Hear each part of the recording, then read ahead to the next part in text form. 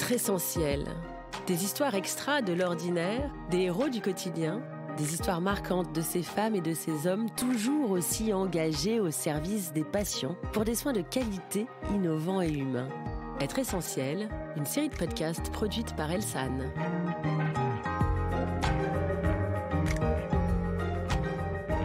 Aujourd'hui, je reçois Sophie Diquet, 27 ans, infirmière en chirurgie à la Polyclinique Urbain 5 à Avignon. Et je suis ravie de discuter avec Sophie de sa spécialité, les soins pour les femmes qui ont de l'endométriose, une maladie gynécologique chronique qui a mis très longtemps à se faire connaître. Bonjour Sophie. Bonjour Julie. Alors Sophie, vous pouvez nous raconter quel est votre métier précisément ? Alors, je suis infirmière et je travaille dans une clinique qui comporte plusieurs spécialités de chirurgie, et en particulier la gynécologie. Je travaille en effet auprès de patientes porteuses d'endométriose et accompagnée surtout par le docteur Donné, qui est chirurgien gynécologue spécialisé dans l'endométriose. Ça fait combien de temps en fait qu'on a mis le focus ou en tout cas la lumière sur cette endométriose ? Ça fait plusieurs années déjà que l'on met un focus sur l'endométriose et le docteur Donné, lui, est là depuis 7 ans au sein de la clinique Urbain 5. Et comment vous avez décidé de vous spécialiser sur ce sujet ? Est-ce qu'il a fallu faire quelque chose de particulier ? Non, je suis infirmière générale, donc je peux pratiquer tous les soins. Il n'y a pas de spécialisation pour le moment pour les infirmières en endométriose. Mais étant concernée ici par la chirurgie, nous travaillons justement auprès de ces patientes concernées. Alors, est-ce que concrètement, vous pouvez nous expliquer comment ça marche ? Parce que je crois que les patientes viennent de loin, parce que finalement, il n'y a pas beaucoup de centres qui sont en mesure de s'occuper de l'endométriose. En effet, il n'y a pas forcément beaucoup de centres, mais le plus important est de dire qu'il y a de plus en plus de médecins, car il y en avait peu à un moment donné, qui étaient spécialisés ou en tout cas qui étaient formés pour diagnostiquer cette endométriose, car ça a été un facteur les plus compliqués finalement, c'était le diagnostic de cette pathologie, qui a été très longue à exister.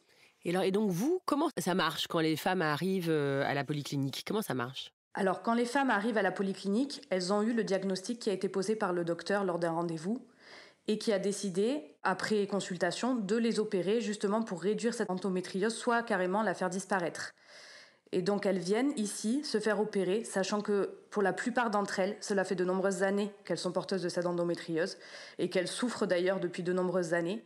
Ça peut être aussi ce qu'on voit nous fréquemment, des personnes qui ont de l'infertilité et qui ont été diagnostiquées suite à cette infertilité-là et qui viennent justement pour se faire opérer pour l'endométriose pour après pouvoir justement procréer. Et donc, en tant qu'infirmière, c'est quoi le service ou en tout cas les soins ou l'accompagnement que vous devez opérer en tout cas ou comment vous accompagnez ces femmes dans ces différents cas de figure ? Alors nous les accompagnons surtout en leur proposant beaucoup d'écoute et de soutien. Car ces personnes-là ont été quand même très peu entendues durant de nombreuses années. Elles ont été, pour la plupart, pas forcément très bien accompagnées jusqu'à un certain moment. Et donc nous sommes là déjà pour essayer de lutter contre leur douleur, qui est due à l'endométriose et aussi forcément à l'intervention. Et puis leur apporter beaucoup de soutien et surtout des axes de pistes pour la suite, pour pouvoir vivre justement après cette opération. Vous pouvez nous dire l'endométriose finalement, ce que c'est et ce que ça provoque chez les femmes ? Alors, l'endométriose, c'est une maladie qui est quand même assez compliquée au niveau de l'endomètre. En fait, c'est des cellules justement de cet endomètre qui vont en fait proliférer dans d'autres endroits au niveau justement de l'utérus, du vagin et après qui peuvent aller malheureusement ailleurs, au niveau du côlon par exemple, qui peuvent monter jusqu'au diaphragme. Donc des cellules qui malheureusement, finalement, c'est comme des douleurs de règles mais qui diffusent dans tout le ventre. Et donc le problème, c'est que le premier symptôme qu'il y a, c'est des douleurs qui sont énormes lors des règles, qui peuvent même être présentes en dehors des cycles.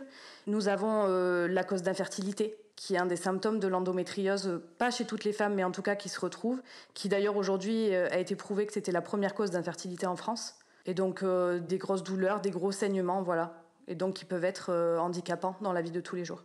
C'est fou, c'est vrai qu'on a mis très longtemps à entendre finalement la parole des femmes qui avaient cette souffrance-là. J'imagine que quand elles arrivent à vos côtés, Sophie, elles doivent être très soulagées d'être prises au sérieux, non ? Oui, il y a ça, et puis surtout d'être entendues. On a parfois pu dire à ces dames-là que la douleur était dans leur tête, était culturelle, alors qu'en fait, non, la souffrance, elle est complètement réelle. Et en même temps, je pense qu'il y a aussi un relâchement. Enfin, on a posé un diagnostic. Enfin, on m'a dit que j'avais bien quelque chose. Et du coup, je pense que quand on va se faire opérer, il y a tout qui lâche, il y a tout qui ressort. C'est beaucoup de souffrance et en même temps, on va après vers le mieux. Mais il faut quand même passer par ce moment où c'est dur pour les femmes de se rendre compte que pendant des années, elles ont lutté pour dire qu'effectivement, il y avait quelque chose qui allait pas et qu'on ne les a pas forcément entendues. Quelles sont les qualités requises, Sophie, vous pensez, pour faire votre métier ? Je pense que pour être soignant, à mon avis, il faut beaucoup d'écoute et d'empathie. Parce que véritablement, les qualités relationnelles sont primordiales face aux peurs et aux douleurs. C'est le plus dur, je pense. Aujourd'hui, il faut être, en tant que soignant, être capable d'entendre la douleur des gens, vraiment. Ça doit être satisfaisant, non, d'aider les patients à avoir moins mal ou en tout cas à aller mieux. Oui, c'est très satisfaisant, surtout qu'aujourd'hui, finalement, on se rend compte qu'on prend en considération leurs douleurs et qu'on a les moyens de les réduire au maximum. Comment ça se passe, les relations avec vos collègues ? Alors déjà, il y a de très bonnes relations entre mes collègues et je pense qu'en plus, en tant que soignant, c'est primordial d'avoir une relation de travail en équipe. Le travail est quand même éprouvant, il est difficile. C'est important que nous soyons là pour nous soutenir. Qu'est-ce que le Covid a changé dans votre quotidien ? En chirurgie, nous, ce que nous avons remarqué, c'est que les patients ont plus besoin d'écoute qu'avant. Déjà, pour la première cause, c'est que les visites ont été longtemps interdites, puis réduites. Ils étaient en demande, en tout cas, en demande d'écoute plus importante. De plus, on a nos équipes qui se sont mobilisées pour aller aider dans les services Covid dans d'autres établissements, dont l'hôpital. Et l'avenir, comment vous le voyez ? Est-ce que vous comptez rester dans ce service ou pas ? Alors pour le moment, j'aimerais bien rester car la chirurgie me plaît énormément, en particulier la prise en charge des maladies de la femme.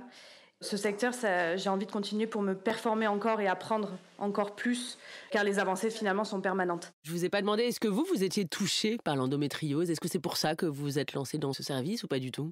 Alors non, moi je ne suis pas touchée. Par contre, autour de moi, je vois de plus en plus de personnes et surtout, je vois de plus en plus de personnes dont le diagnostic est posé tardivement.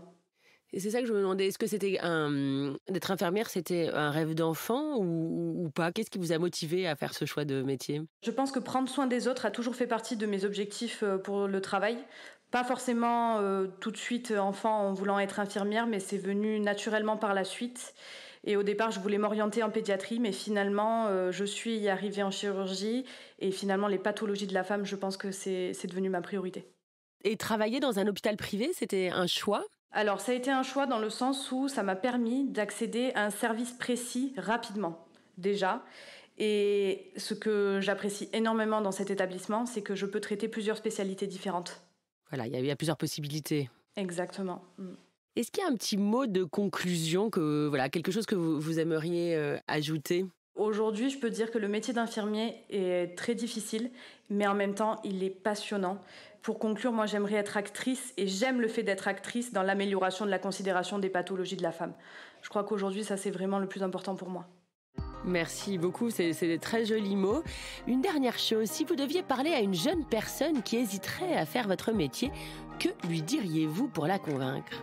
Je pense que je rejoindrai ce que j'ai dit. Le métier est très riche et on peut travailler dans des secteurs très différents, mais toujours en se disant qu'en fait, on fait quelque chose d'utile pour les autres et pour nous, par la même occasion. On apprend tous les jours. Merci Sophie. Et merci à vous.